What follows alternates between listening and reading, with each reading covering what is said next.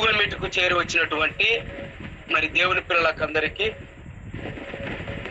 The college of Bible technology మరి మైదుకూరు క్రీస్తు సంఘం వారి ద్వారా జరుగుతున్నటువంటి ఈ కార్యక్రమానికి వచ్చినటువంటి మీ అందరికీ మన రక్షకుడు మన విమోచకుడు యేసు క్రీస్తు నామమున వందనములు శుభములు తెలియజేస్తూ ఉంటున్నాను.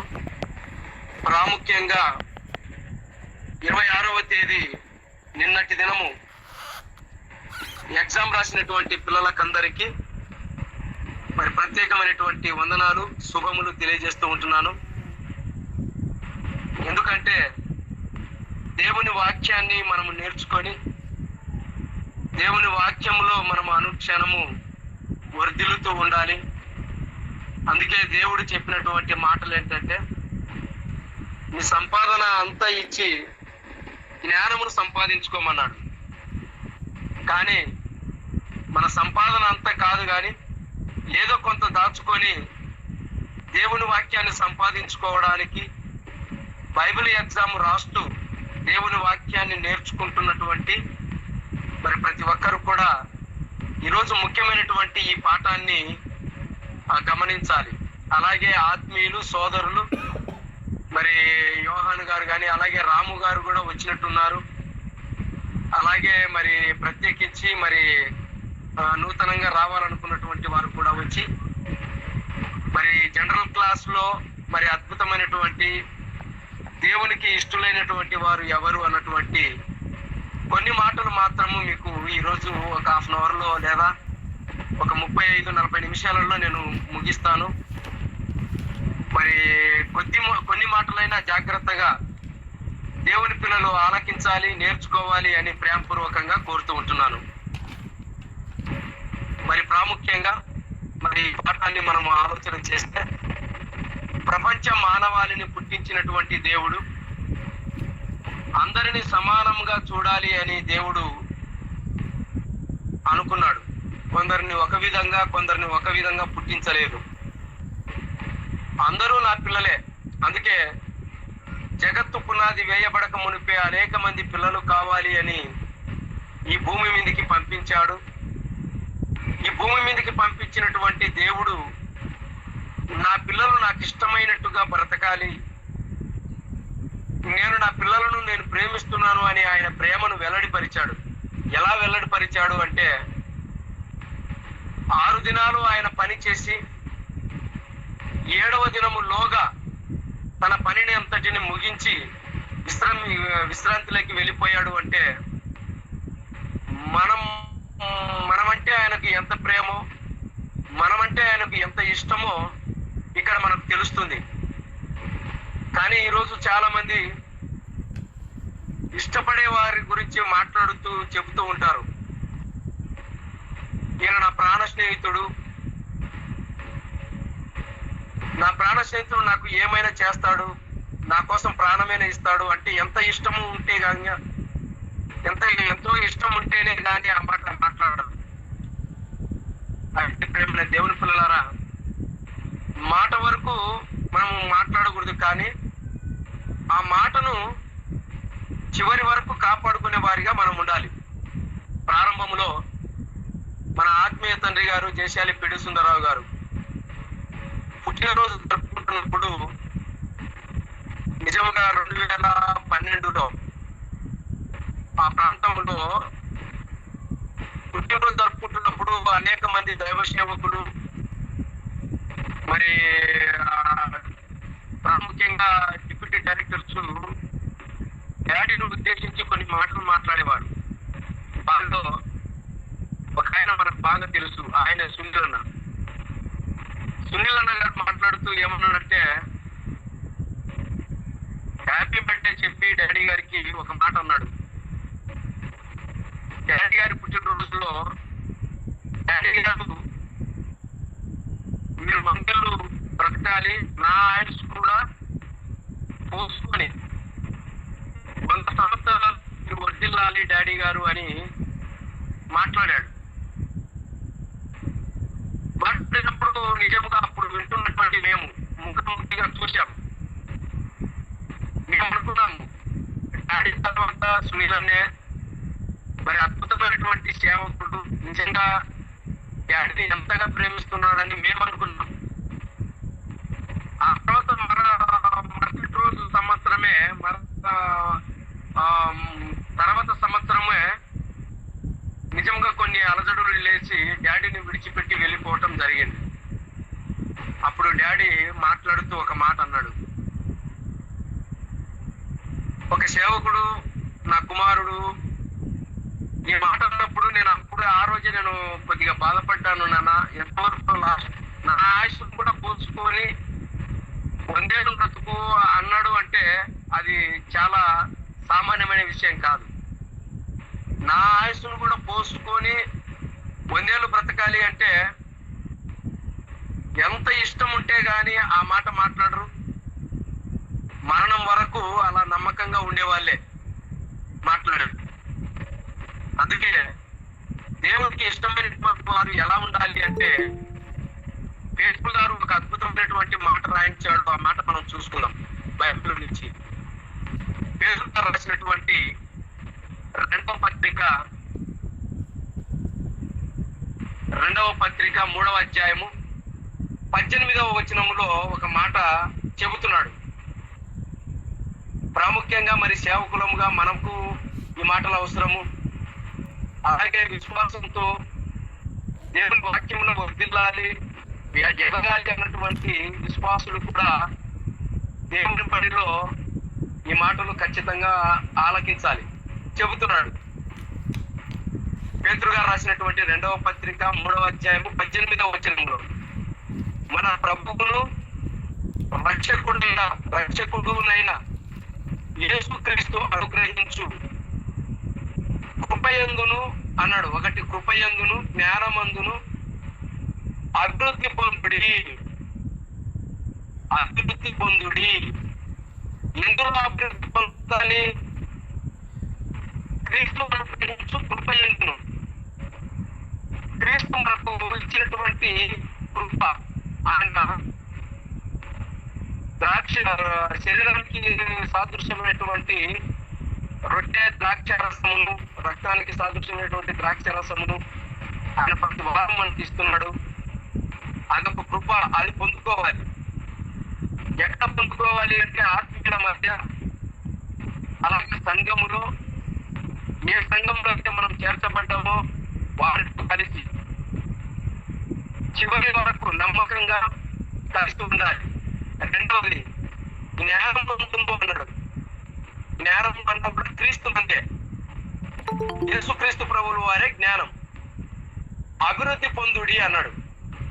అభివృద్ధి పొందమంటే ఈరోజు ప్రపంచంలో క్రీస్తునందు కానీ, సంఘం ముందు కానీ, జ్ఞానం ముందు కానీ అభివృద్ధి అయితే కనిపించలేదు. కానీ మిగతా దానిలో అన్నిటిలో అభివృద్ధి పొందుతున్నారు. బాప్తిసం తీసుకున్నటువంటి నాటి నుంచి నిజంగా మరణం వరకు మనము జ్ఞానంలో, వాక్యంలో, దేవుని దయలోను, దేవుని కృపయందు మనము అభివృద్ధి పొందాలి. కానీ ఆ అభివృద్ధి తప్ప అన్ని అభివృద్ధులు ఉన్నాయి. అబద్ధాలు ఆడడంలో అభివృద్ధి పొందుతున్నారు, అలాగే మోసాలు చేయడంలో అభివృద్ధి పొందుతున్నారు, సంఘంలో చిచ్చులు పెట్టడంలో అభివృద్ధి పొందుతున్నారు, సంఘంలో సహోదరుల మధ్య విభేదాలు పుట్టించడంలో అభివృద్ధి చెందుతున్నారు. అలాగే అన్ని అభివృద్ధులు చెందుతున్నారు. కానీ క్రీస్తు జ్ఞానమందు, ప్రేమ యందు నిజముగా ఎక్కడ అభివృద్ధి కనిపించలేదు అని మనము రూఢిగా మనం చెప్పవచ్చు. అందుకే దేవుడు ఏ అభివృద్ధి కోరుకున్నాడు అంటే జ్ఞానమందు, అలాగే క్రీస్తు కృపయందు నిజముగా మనము అభివృద్ధి పొందాలి అని కోరుకున్నాడు. దేవుని పిల్లలారా, యేసుక్రీస్తు ప్రభుల వారు కూడా ఒక మంచి మాట చెబుతూ, యేసుక్రీస్తు ప్రభుల వారు దేవుని యందు ఎలాంటి అభివృద్ధి చెందాడో ఆ అభివృద్ధి దేవుడు మనల్ని చెందాలి అని దేవుడు కోరుకున్నాడు. ఇంతకు యేసుక్రీస్తు చెందినటువంటి అభివృద్ధి ఏంటి అంటే యోహాను సువార్త 8వ అధ్యాయము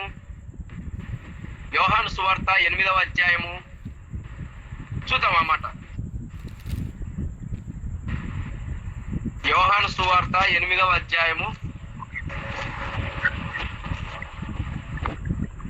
26 నుంచి 29 వరకు మనం చూస్తే యేసుక్రీస్తు ప్రభుల వారు ఎలా క్రీస్తునందు అభివృద్ధి చెందాడో, ఎలాంటి మరి పరిస్థితులలో ఆయన ఒదిగి ఉన్నాడో ఈ మాటను చూస్తే మనకు అర్థమవుతుంది. యోహాను సువార్త 8వ అధ్యాయము 26వ వచనము నేనే చదువుతాను లేండి. మిమ్మును గూర్చి చెప్పుటకును తీర్పు తీర్చుటకును చాలా సంగతులు నాకు కలవు, కానీ నన్ను పంపిన వాడు సత్యవంతుడు. అంటే దేవుని గురించి చెప్తున్నాడు. నన్ను పంపిన వాడు సత్యవంతుడు. నేను ఆయన యొద్ద వినిన సంగతులే లోకమునకు బోధించుచున్నానని చెప్పెను. తండ్రిని గూర్చి తమతో ఆయన శిష్యులు గ్రహించకపోయేది. కావున యేసు, మీరు మనిషి కుమారుని పైకెత్తినప్పుడు నేనే ఆయనననియు, నా అంతటా నేనే ఏమీయూ చేయక తండ్రి నాకు నేర్పినట్టు ఈ సంగతులు మాట్లాడుచున్నాననియు మీరు గ్రహించెదరు అని చెప్పి 29వ వచనంలో చెప్తున్నాడు. నన్ను పంపిన వాడు నాకు తోడై ఉన్నాడు, ఆయన ఇష్టమైన కార్యము నేను ఎల్లప్పుడూ చేయుదును అన్నారు. చూడండి, ఆయనకిష్టమైన కార్యములు నేను ఎల్లప్పుడూ చేయుదును కనుక ఆయన నన్ను ఒంటరిగా విడిచిపెట్టలేదని చెప్పాను. ఆయన ఈ సంగతులు మాట్లాడుచుండగా అనేకులు ఆయన యందు విశ్వాసం ఉంచిరి. యేసుక్రీస్తు ప్రభుల వారు మాట్లాడుతున్నటువంటి మాట ఏంటంటే, ఆయన యొద్ద నేను నేర్చుకున్నాను. ఎవరి యొద్ద నేర్చుకున్నానంటే తండ్రి యొద్ద నేర్చుకున్నాను.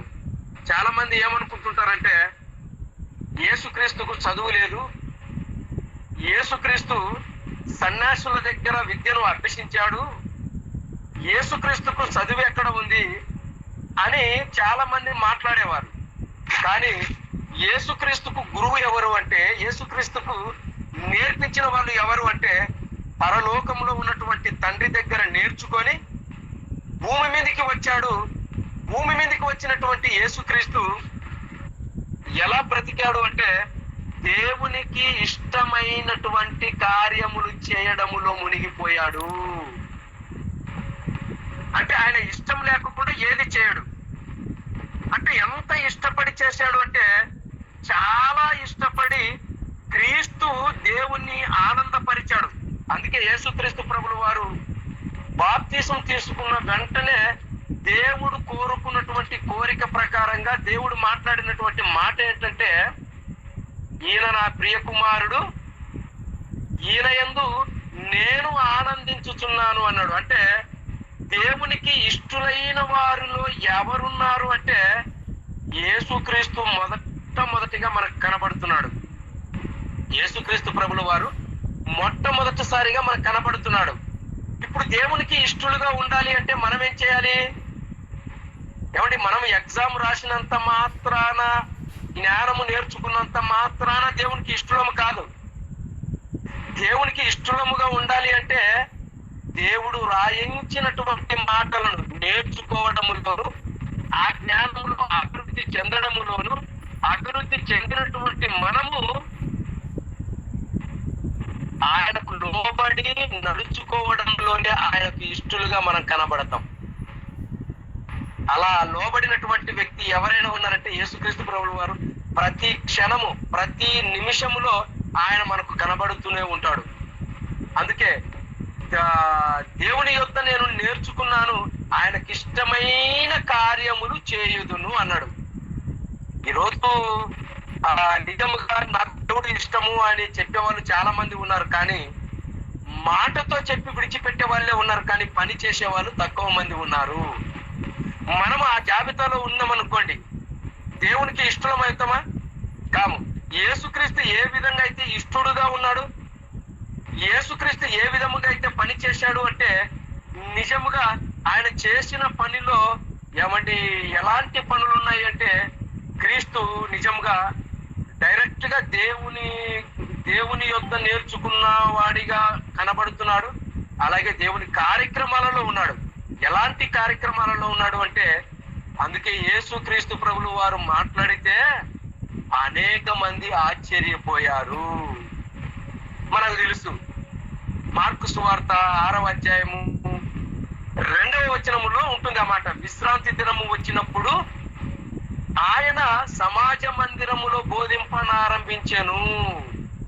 అయితే ఆయన బోధ వినిన వారు అనేకులు ఆశ్చర్యపడి అన్నారు. చూడండి, ఆశ్చర్యపడి ఈ జ్ఞానం ఎట్టిది, ఎక్కడి నుంచి వచ్చింది, అసలు మరియమ్మ కుమారుడు కదా, మరియా యోసేపు కుమారుడు కదా, ఈ జ్ఞానం ఎక్కడి నుంచి వచ్చింది, ఆయన ఎక్కడ నేర్చుకున్నాడు అంటే తండ్రి వద్ద నేర్చుకున్నాడు అన్న సంగతి వాళ్ళకి తెలియదు. అందుకే యేసుక్రీస్తు ప్రభుల వారు నేను తండ్రి యొద్ద నేర్చుకున్నానన్న కూడా వాళ్ళు పట్టించుకోలేదు సరిగా. అందుకే ఆయన మాట్లాడుతున్న ప్రతి మాట కూడా అనేకులు ఆశ్చర్యపోయారు. ఈరోజు మనం బోధించామనుకోండి ఎలా ఉంటది చెప్పండి. మనం బోధించామనుకోండి, జస్ట్ ఒక 10 నిమిషాలు బాగా వాక్యం చెప్పేస్తాం ప్రారంభంలో మనం అనుకున్నది. ఆ తర్వాత 11వ నిమిషంలో కళ్ళు నిద్రపోతుంటారు చాలా మంది. గోడ కానుకొని నిద్రపోయే వాళ్ళు కొందరు, అలాగే ఆవలించే వాళ్ళు కొందరు, గదాలేనైనా ముగించు అనే వాళ్ళు కొందరు, ఎందరో ఉన్నారు అలాంటి వాళ్ళు. అంటే మన బోధనల్లో జ్ఞానం కనిపించడం లేదు. అందుకే Bible open universals India international లో బోధిస్తున్నటువంటి ప్రతి బోధ వెనకాల ఏముండాలంటే మహాజ్ఞానపు సంగతులు ఉండాలా. నీ మాట అవునంటే అవును, కాదంటే కాదు అనేలా ఉండాలి. అప్పుడే మన బోధ పర్ఫెక్ట్ గా ఉంటుంది. ఈ మాట ఎవరిది? యేసుక్రీస్తుదే. అవునంటే అవును, కాదంటే కాదు. ఎందుకు అవునంటే కాదు, అవునంటే అవును, కాదంటే కాదు అంటే అది తండ్రికి ఇష్టమైనటువంటి మాట కాబట్టి. అంతే, దేవుని ఇష్టానుసారంగానే మనం ఈరోజు బోధించాలి, బ్రతకాలి, నేర్చుకోవాలి. నేర్చుకున్న మనము ఎలా నేర్చుకోవాలో ఈరోజు మనము కొన్ని మాటలు జాగ్రత్తగా మనం ఆలోచన చేస్తే ఒక మంచి సంగతి బైబిల్లో నుంచి చూద్దాం. ఈరోజు పరిస్థితులు ఎలా ఉన్నాయంటే సంఘానికి ఒక బోధ అయిపోయింది, వ్యక్తికి ఒక బోధ అయిపోయింది. 4 మాటలు నేర్చుకుంటే చాలు, నా అంత జ్ఞానవంతుడు లేడు అని విర్రవీగడం కూడా చాలా మందికి ఉంది. దయచేసి మనము ఇక్కడే పప్పులో కాలేస్తూ ఉంటాం. ఎంత నేర్చుకున్నా మనము ఒదిగి ఉండాలి. అందుకే యాకోబు గారి పత్రికలో యాకోబు గారు ఒక మాట చెబుతూ ఒక మంచి మాట యాకోబు గారు రాయించారు. ఆ మాట చూద్దామా? బోధకులమైనటువంటి మనకు ఒక మంచి మాట చెబుతున్నాడు, వివరిస్తున్నాడు. ఏంటి ఆ మాట చూద్దాం. యాకోబు పత్రిక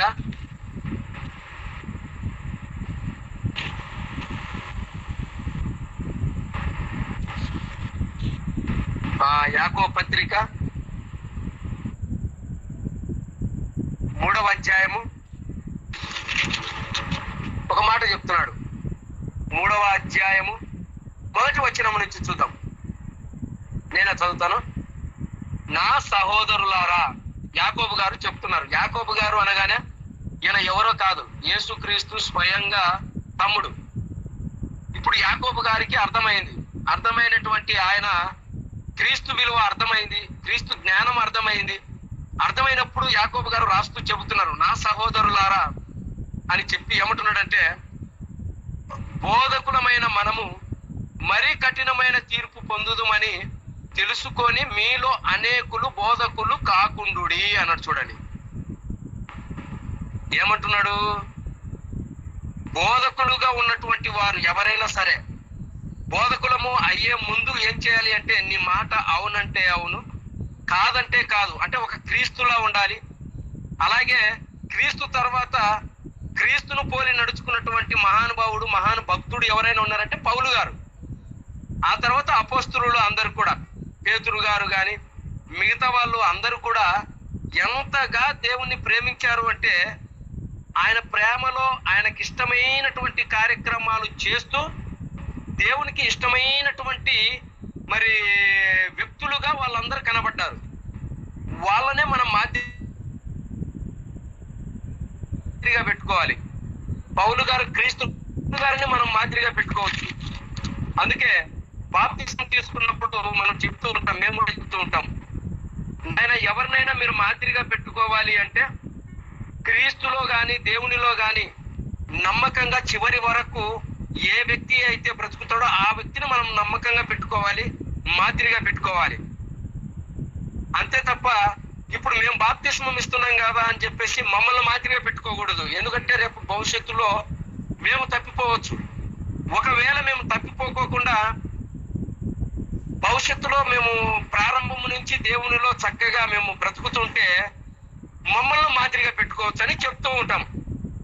ఎప్పటికైనా మనం ఏం చేయాలంటే మనకంటే గొప్పవారు భక్తిలో బాగా ఉండేవారితోనే మనము మాదిరిగా పెట్టుకోవాలి. అదే చెబుతున్నాడు, బోధకులమైనటువంటి మనకు కఠినమైన తీర్పు అన్నాడు. అంటే కఠినమైన తీర్పు వేరు, మరీ కఠినమైన తీర్పు వేరు. అంటే ఎంత ప్రమాదము ఉందంటే చాలా ప్రమాదము ఉన్నట్టుగా మనకు కనబడుతుంది. అనేక విషయములలో మనం అందరము తప్పిపోవచ్చున్నాము అన్నాడు. చూడండి, అనేక విషయములలో దేవుని వాక్యములోన, అలాగే దేవుని బోధలోన, సంఘము విషయములోన, మరి ఆ సహోదరుల విషయములోన, మరి సంఘంలోకి వస్తున్నటువంటి మనం అనేక విషయములలో ఖచ్చితంగా మనము తప్పిపోతున్నాము అన్న మాట మాట్లాడుతున్నాడు. అనేక విషయములలో మనము తప్పిపోవచ్చున్నాము అన్నాడు. ఎవడైనను మాట యందు తప్పని ఎడల అట్టివాడు లోపము లేనివాడై, మాట యందు తప్పని వాడు అట్టివాడు లోపము లేనివాడై తన సర్వ శరీరమును స్వాధీనమందుంచుకోన శక్తి గలవాడగును. మంచి మాట చెప్తున్నాడు. ఎందుకంటే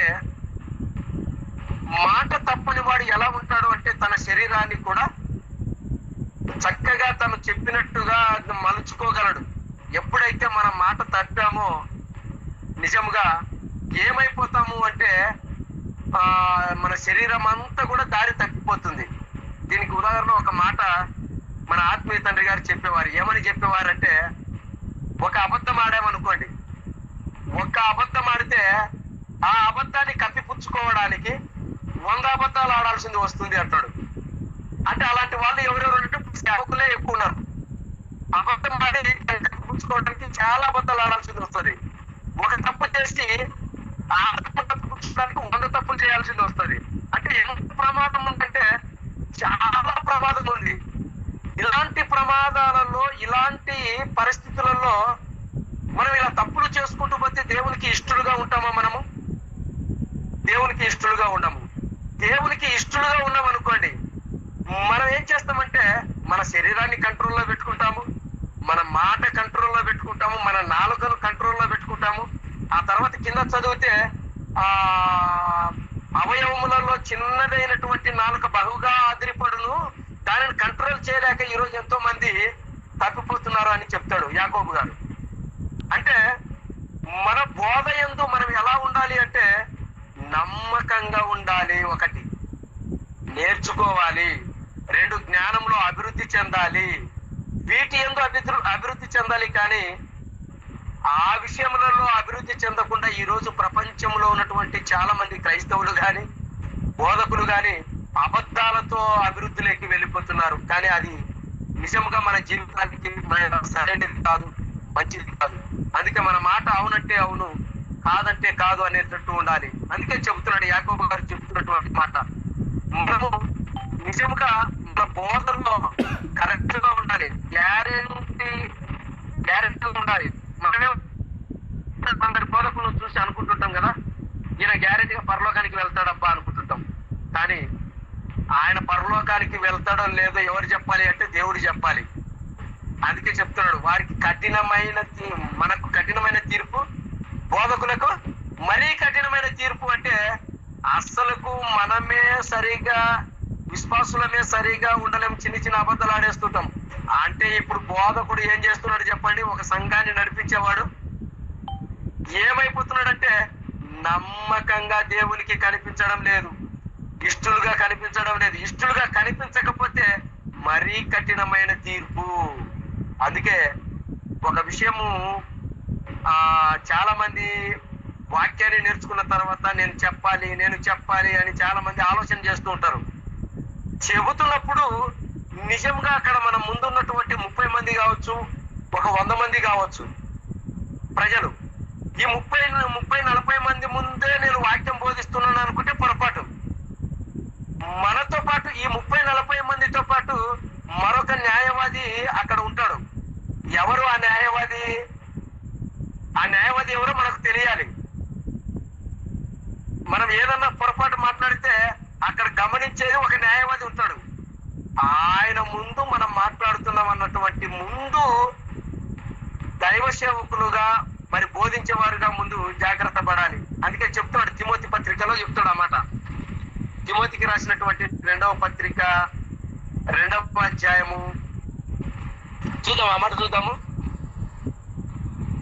మనం ఎవరి ముందు బోధిస్తున్నామో ముందు అది అర్థం కావాలి. అందుకే ఇప్పుడు మనం నేర్చుకుంటున్నటువంటి బోధ ఉన్నది ఉన్నట్టు బోధించి మనము చక్కగా వాళ్లకు నేర్పించి పరలోకానికి తీసుకువెళ్ళాలి. అందుకే చెబుతున్నాడు ఒక మంచి మాట చూడండి. తిమోతికి రాసినటువంటి 2వ పత్రిక 2వ అధ్యాయము 15వ వచనాన్ని నేను చదువుతాను. అక్కడ చెబుతున్నాడు, ఏమని చెబుతున్నాడు అంటే దేవుని ఎదుట అన్నాడు. చూడండి, మొట్టమొదటిసారిగా ఆయన మాట్లాడుతున్నాడు. ఏమని చెప్తున్నాడు? దేవుని ఎదుట యోగ్యునిగాను అన్నాడు. చూడండి, దేవుని ఎదుట యోగ్యునిగాను, సిగ్గుపడనక్కరలేని పనివానిగాను, సత్యవాక్యమును సరిగా ఉపదేశించువానిగాను, నిన్ను నీవే దేవునికి కనపరుచుకునుటకు జాగ్రత్త పడుము అన్నాడు. చూడండి, నిజంగా ఈ మాట చెబితే బోధకులలో గుండెల్లో రైలు పరిగెత్తాలి. ముందు ఎవరి ఎదుట ఉన్నాము? మనమేమో 40 మంది ముందే మనం నిలబడుకుని ఉన్నామని మనం అనుకున్నాం. ఒక 50 ముందు మనం నిలబడుకున్నామని మనం అనుకున్నాము. కానీ మనం నిలబడింది ఎవరి ఎదుట అంటే దేవుని ఎదుట. అంటే ఇప్పుడు ఈ 50 మందిలో ఎవరున్నారు? దేవుడు కూడా అక్కడ ఉన్నాడు అన్నమాట. ఇప్పుడు దేవుడు అక్కడ ఉన్నాడు అంటే ఆయనకు ఇష్టమైన బోధ నువ్వు చేస్తున్నావా చేయలేదా? ఈ నీ బోధలో ఏమైనా తేడా ఉందా? ఇప్పుడు గమనించేది ఎవరు? ఎవరి వాళ్ళు 50 మంది గమనించరేమో కానీ 51వ వాడే ఎవడి? దేవుడు. దేవుని ఎదుట యోగ్యునిగాను. ముందు నువ్వు ఎలా ఉండాలి? యోగ్యునిగా ఉండాలి. రెండవది, సిగ్గుపడనక్కరలేని పనివానిగాను అన్నాడు. సిగ్గుపడనక్కరలేని పనివానిగాను. తప్పు చేసామనుకోండి, మనం సిగ్గుపడుతుంటాం. మనం ఈ మాట చెప్పాలా వద్దా? ఈ మాట చెబితే నిజంగా ఇది నాకే వస్తుందేమని మనకు తగలుకోకుండా వేరే మాటలు చెప్తూ ఉంటారు. అంటే అక్కడ సిగ్గుపడాలి నువ్వు. సిగ్గుపడనక్కరలేని పనివానిగాను అని చెప్పి సత్యవాక్యమును సరిగా ఉపదేశించువానిగాను, నిన్ను నీవే దేవునికి కనపరుచుకున్నటకు జాగ్రత్త పడుము అన్నాడు. చూడండి, ప్రేమైన దేవుని పిల్లలారా, దేవుని ఎదుట నీతిగా నిజాయితీగా నిజంగా ప్రకటించేవారు ఖచ్చితంగా ఏమండి దేవునికి అవసరం. దేవుడు ఇక్కడ చూస్తాడు. దేవుడు చూసినప్పుడు మనం ఏం చేయాలంటే ఆయన ఎదుట నీతి నిజాయితీగా మనం కనపడాలి. అప్పుడే నిజంగా దేవుడు మన మాట వింటాడండి. మనల్ని ప్రేమిస్తాడు, మనల్ని ఇష్టపడతాడు. అందుకే మన బోధలు చూడండి, నిజంగా వాక్యం అయితే అదిరిపోతుంది. వాక్యం అయితే సూపర్ గా చెప్పామని అంటుంటారు. కానీ కొన్ని సందర్భాలలో ఆయన క్యారెక్టర్ అదేదో పలానా చోట నేను చూశానన్న, బీడి తాగుతున్నాడు, సిగరెట్ తాగుతున్నాడు. ఏంటి బీవైలో కూడా అవును ఉన్నారు, మంచి వాళ్ళు ఉన్నారని మనం చెప్పలేము. అక్కడక్కడ ఉన్నారు కొందరు, అలాంటి వాళ్ళు ఉన్నారు. ఇప్పుడు చాలా మంది పక్కకి వెళ్ళిపోయారులేండి. అలాంటి వాళ్ళు చాలా వరకు ఉన్నారు. అంటే దేవునికి ఇష్టమైన వాళ్ళు నమ్మకంగా చివరి వరకు ఉంటారు. దేవునికి ఇష్టమైన వాళ్ళు ఎవరు అంటే అది మనమే ఉండాలి. ముఖ్యంగా మనమై ఉండాలి. మనము దేవునికి ఇష్టలుగా ఉండాలి అంటే నిజముగా సత్యవాక్యాన్ని సరిగా బోధించే వారిగా ఉండాలి. అందుకే మన బోధ ఎలా ఉంటుందో మన ప్రవర్తన కూడా అలాగే ఉండాలి. ప్రేమైన దేవుని పిల్లలారా, నిజంగా బోధ విషయంలో ఎక్కడ కాంప్రమైజ్ కావద్దండి. దాచిపెట్టద్దు. ఆ వాక్యాన్ని ఉన్నది ఉన్నట్టు చెప్పాలి. అప్పుడప్పుడు నాకు తగిలింది అంటుంటాం. ఎందుకు తగిలిందో మనం అర్థం చేసుకోం. నన్ను చూసి చెప్తున్నాడు, నాకు సంబంధించినదే చెప్తున్నాడు అంటే, అవును నీకు సంబంధించింది మేము రాసుకొని వచ్చామా? బోధకులు ఎవరు రాసుకొని రారు కదా. అప్పుడు మనం ఏమనుకోవాలి? నిజంగా ప్రేమైన దేవుని పిల్లలారా, గూగుల్ మీట్ లో ఉన్నటువంటి ఆత్మీయులకు అందరికీ నేను చెప్తున్నాను, నాకు తగిలినటివి చాలా ఉన్నాయి. అవన్నీ నేను ఏం చేశానంటే సరి చేసుకుంటూ నాలో నేను కృంగిపోతూ కొన్ని తీసేసుకుంటూ వచ్చాను కాబట్టి నిజంగా ప్రారంభంలో కోఆర్డినేటర్నే వద్దనుకున్నాను. ఎవరినైనా పెడదాంలే అనుకున్నాను. కోఆర్డినేటర్ పదవి వచ్చేసింది.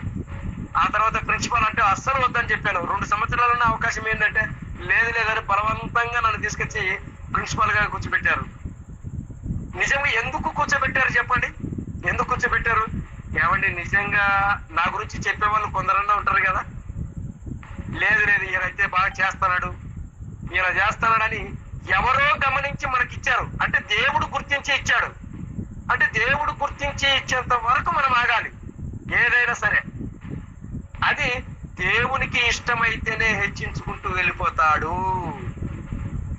అయితే ఇచ్చిన ప్రతి దానిలో కూడా మనం ఏం చేయాలంటే నమ్మకముగా ఆ పనిలో కొనసాగించాలి.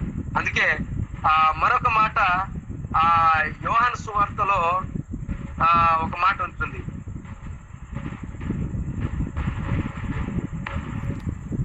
ఒక ఆశ్చర్యపోయే మాట ఏంటంటే నిజంగా చాలా మంది పరలోకానికి పోతారు అనుకుంటుంటాం కదా. ఎవరు పరలోకానికి పోయారు ఇంతవరకు అంటే ఎవరు పరలోకానికి పోయినట్టు ఎవరు కనపరాలే.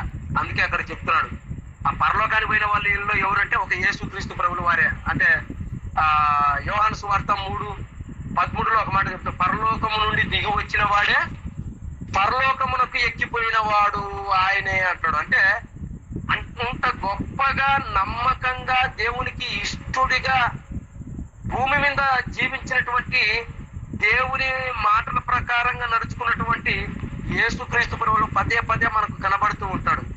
అయితే ప్రియమైన దేవుని పిల్లలారా, చివరిగా ఒక విషయాన్ని చెప్పి నేను ముగిస్తాను. దేవునికి ఇష్టమైనటువంటి వారు ఎవరైనా సరే, అది బోధకులు, అది నేనైనా కావచ్చు, మీరైనా కావచ్చు, ఎవరైనా కావచ్చు, విశ్వాసులు కూడా కావచ్చు. విశ్వాసులు అనగానే వాళ్ళని తక్కువ వేయకూడదు. వాళ్ళు కూడా ఎలాంటి వాళ్ళు అంటే దేవుని పని కోసం వాళ్ళ కష్టార్జితాన్ని ఇస్తున్నారు, దేవుని పనిలో వాళ్ళు ఉంటున్నారు, దేవుని పరలోకపు సంబంధమైనటువంటి జ్ఞానములో సహకారులుగా ఉంటున్నారు. అందుకే ఆ సహకారుల పేర్లు జీవ గ్రంథమందు రాయబడి ఉన్నాయి అన్నాడు. అంటే దేవుడు అందరికీ సమానంగా పరలోకం ఇస్తాడు. ఎప్పుడు ఇస్తాడు అంటే నమ్మకమైనటువంటి వారికి, దేవునికి ఇష్టలైనటువంటి వారికి. కొర్నేలు దేవునికి ఇష్టమైనటువంటి పనులు చేశాడు. అంటే ఎవరు ఇష్టమైనటువంటి పనులు చేసినా దేవుడు మెచ్చుకుంటాడు. దేవుడు ఆశ్చర్యపోయే విధంగా ఏంటంటే మనము దేవునికి ఇష్టమైన కార్యములు చేసేటప్పుడు మన ప్రార్థన కూడా దేవుడు వింటాడు. ఈ మాట జాగ్రత్తగా ఆలోచించాలి. అప్పుడప్పుడు కొందరు సంఘంలో సోదరి మేరక్క గాని మరికొందరు ఉన్నారు, ఒక చిన్న రోగం వచ్చినా, అంటే ఒక తలనొప్పి వచ్చినా, ఒక చిన్న ఆరోగ్యం బాగలేకపోయినా, ఇంట్లో సమస్యలు వచ్చినా వెంటనే సేవకుని సంప్రదిస్తారు. సేవకుని సంప్రదించి, అన్న ఇంట్లో కొద్దిగా ఇబ్బందిగా ఉందన్న, లేదు నా ఒక ఆరోగ్యం బాగలేదన్న, ప్రార్థన చేయండి అన్న. అంటే విశ్వాసమైనటువంటి ప్రార్థన వాళ్ళని స్వస్థపరుస్తుంది. అంటే ఒక మంచి సేవకుడిని మనకు అనిపించినప్పుడు ఆ సేవకుడు పదే మన పూర్తి చేసి మన అవసరతల నిమిత్తం, లేదా మన కుటుంబ సమస్యల విషయము, లేదా మన రోగాల విషయంలో కూడా ప్రార్థన చేయండి అని అడగడంలో నిజంగా చాలా శ్రేష్టమైనది. ఎందుకంటే అప్పుడప్పుడు అంటారు, అన్న మీరు ప్రార్థన చేయడం బట్టి దేవుడు మీ ప్రార్థన వింటాడన్నా అంటారు. ఇప్పుడు మన ఆత్మీయ తండ్రి గారు ఉన్నారు. ఆయన పరిస్థితి ఏంటంటే నిజంగా ఆయన చేసే కార్యక్రమాలు బహిరంగంగా ముక్కుసూటిగా కనపడుతూ ఉంటాయి. ఈ ముక్కుసూటిగా కనపడేటప్పుడు నిజంగా ఆయన ప్రార్థన చేసేటప్పుడు కూడా దేవుణ్ణి అడిగితే దేవుడు ఆయన ప్రార్థనను వింటాడు. ఎన్నో సందర్భాలలో కొన్ని కార్యక్రమాలు అయితే నిజంగా ఆ మధ్య కాలంలో ఒక సంఘటన జరిగింది. జెమినీ న్యూస్ తేజ అనేవాడు తెలుసు మీకు అందరికి. జెమినీ న్యూస్ తేజ అనేవాడు అనుకుంటా. చీటికి మాటికి దేవుని మీద నిందలేసేవాడు. అంటే ఛానల్లో చీటికి మాటికి తేజనే కదా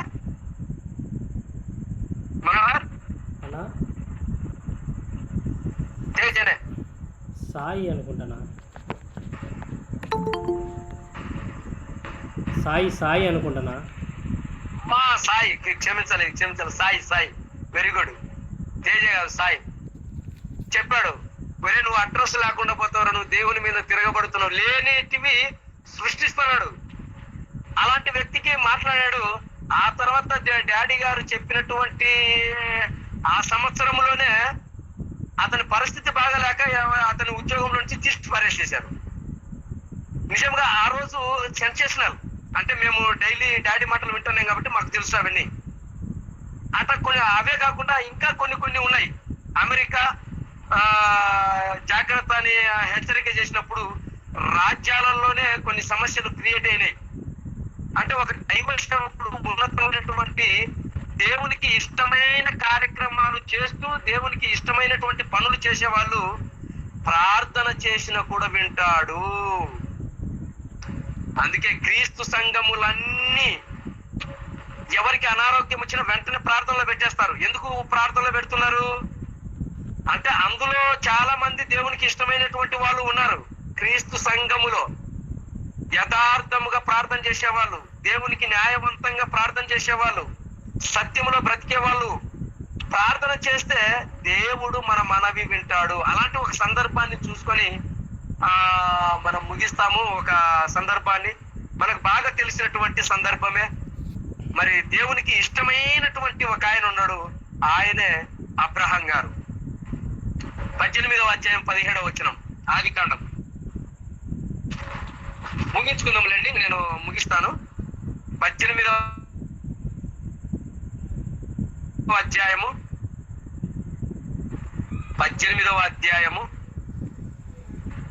17వ వచనం చూద్దాము.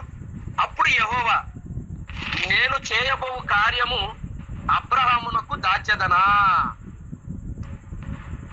అబ్రహాము నిశ్చయముగా బలము గల గొప్ప జనమగును, అతని మూలముగా భూమిలోని సమస్త జనులను ఆశీర్వదింపబడును. అంటే అబ్రహాం గారి గురించి చెబుతూ దేవుడు పైన ఒక మాట చెప్తున్నాడు. ఏమంటున్నాడంటే, ముందు నువ్వు పక్కకి వెళ్ళిపో, నేను డిసైడ్ అయిపోయాను. ఈ సొదొమ గొమొర్రాలు మొర నాకు అది ఘోరంగా కనబడుతున్నాయి. వాళ్ళు చేసిన అరాచకాలు అన్ని ఇన్ని కాదు, వాళ్ళందరినీ నాశనం చేస్తాను అని దేవుడు అనలేదు. అక్కడ వెంటనే ఏమన్నాడో తెలుసా? వెంటనే ఏమన్నాడు అంటే, అక్కడ ఉన్నటువంటి వారిని నిజంగా నేను కాపాడుతానని. ఆ తర్వాత 30 మందికి 20 మందికి 10 మంది వరకు వచ్చారు. ఇక్కడ మనం ఆలోచించాల్సిన విషయం ఏంటంటే, 10 మంది దగ్గరికి వచ్చిన తర్వాత అబ్రహాం గారికి అర్థమైపోయింది నీతిమంతులు ఎవరు లేరని. అంటే ఈ దేశము ఖచ్చితంగా దేశాన్ని పాడు చేస్తారు. ఇప్పుడు దేవుని ఎదుటంగా నేను మాట్లాడడం మంచిది కాదు. నీతిమంతుడైనటువంటి నిజంగా దేవునికి ఇష్టమైనటువంటి అబ్రహాం గారే సైలెన్స్ అయిపోయి, ఇక 10 మంది ఉంటారో ఉండరో కూడా డౌట్ పడి అనుమానం పడి ఇక దేవునికే వదిలేశాడు. అంటే దేవుడు ఎంతగా ఓర్పు తగ్గించుకొని ఎంతగా తగ్గించుకొని ఉన్నాడో ఒకసారి మనం దేవుని మనసును చూడాలి. అబ్రహాము ఎదుట 40 మంది కానించి 50 మంది కానించి 40, 30, 20, 10 కాడికి వచ్చేంత వరకు మాట్లాడుతున్నాడు ఓర్పుగా. అంటే ఆయన ఓర్పుకు నిజంగా చాలా నిజంగా మెచ్చుకోవాలి. అందుకే దేవునికి ఇష్టమైనటువంటి వాడు మాట్లాడితే దేవుడు ఎంతవరకైనా నిజముగా వాళ్ళ కోసం త్యాగం చేస్తాడు. అలాంటి త్యాగశీలే దేవుడు. అలాంటి దేవునికి ఇష్టమైనటువంటి కార్యక్రమాలు చేసేవారిగా, ఆయనకు నచ్చే పనులు చేసేవారిగా, ఆయన కార్యక్రమాలలో పాల్గొనేవారిగా మనం ఎల్లప్పుడూ ఉండాలి. అలా ఉండేవారిగా మనం కనబడాలి, ఎప్పుడూ కనబడుతూనే ఉండాలి. అందుకే ఆయన కార్యక్రమాలు మన చేతైన కాడికి మనం చేసుకుంటూ న్యాయవంతంగా నిజంగా దేవునికి నచ్చే విధంగా మనం చేయాలి తప్ప మనుషులు మెచ్చాలి, మనుషులు చూడాలనేది మాత్రము మనం దృష్టిలో పెట్టుకోకూడదు. మనం ఎవరికి ఇష్టలుగా ఉండాలి అంటే మనుషులకు కాదు, దేవునికి ఇష్టలుగా ఉండాలి. ఈరోజు చాలా మంది నా ఎదుట కొందరిని చూస్తూ ఉంటాను. దైవ సేవకుడు వస్తున్నప్పుడు పోయి పనులు చేయటము, దైవ సేవకుడు వచ్చేటప్పుడే ఆ పనులు మొదలు పెట్టటము, దైవ సేవకుడు పోగానే వేరే వాళ్ళకు పనులు అప్పగించి వాళ్ళ పక్కన కుర్చీలలో కూర్చోవడము, ఇలాంటి వారిని కొలలు నేను చూస్తున్నాను. కానీ అలాంటి వారు దేవునికి ఇష్టలు కాదు. ఇప్పుడు సేవకునికి నువ్వు ఇష్టడుగా ఉంటావేమో. ఎంతవరకు ఉంటావు ఇష్టడుగా సేవకునికి? మహా అయితే ఒక 30-40 సంవత్సరాలు ఉంటావేమో. ఆ తర్వాత ఉండవలసింది ఎవరికి ఇష్టలుగా ఉండాలి? నీకు సేవకుడు నిన్ను మెచ్చుకోవటం కాదు, సంఘస్థులు మెచ్చుకోవటం కాదు, ప్రజలు మెచ్చుకోవటం కాదు. నిన్ను ఇష్టపడి నిన్ను మెచ్చుకునే వాళ్ళు, నన్ను మెచ్చుకునే వాళ్ళు దేవుడు గనుక దేవుడు చూస్తున్నాడో లేదో దేవుని పనిలో మనం నమ్మకంగా ఉండాలి. అప్పుడే మనం దేవునికి ఇష్టలుగా ఉంటాం. ఇంకా ఈ పాఠము చాలా పెద్దది. ఈ పాఠాన్ని ఇంకొకసారి నేను ఈ పాఠాన్ని మీకు చెప్పడానికి ఇష్టపడతాను. దేవునికి ఇష్టలు ఎవరు అంటే ఇంకా పూర్తి వివరణ తర్వాయి భాగంలో ఉంటుంది. మరి ఈ మాటలను శ్రద్ధగా మీరందరూ విన్నందుకు, ఈ కొన్ని మాటలను దేవుడు ఫలింప చేయాలని ప్రేమతో కోరుతూ ఆత్మీయులకందరికీ నా హృదయపూర్వకమైనటువంటి వందనాలు చెల్లిస్తూ ఉంటున్నాను. అందరికి వందనాలు. మరి మనోహర్ ప్రార్థన అలాగే అప్పచెప్పు, నేను ఆశీర్వాదం ఇస్తాను. Thank you. వందనాలు.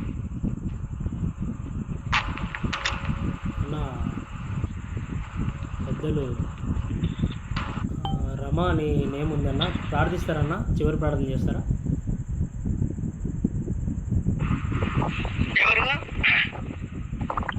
వందనాలు బాబా, వందనాలు. సరే అన్న, మీరు చేయండి అన్న. రమణన్న ప్రార్థన చేయండి, చివరి ప్రార్థన. సరే, కళ్ళు మూసుకుని అయితే ప్రార్థన చేసుకుందాం.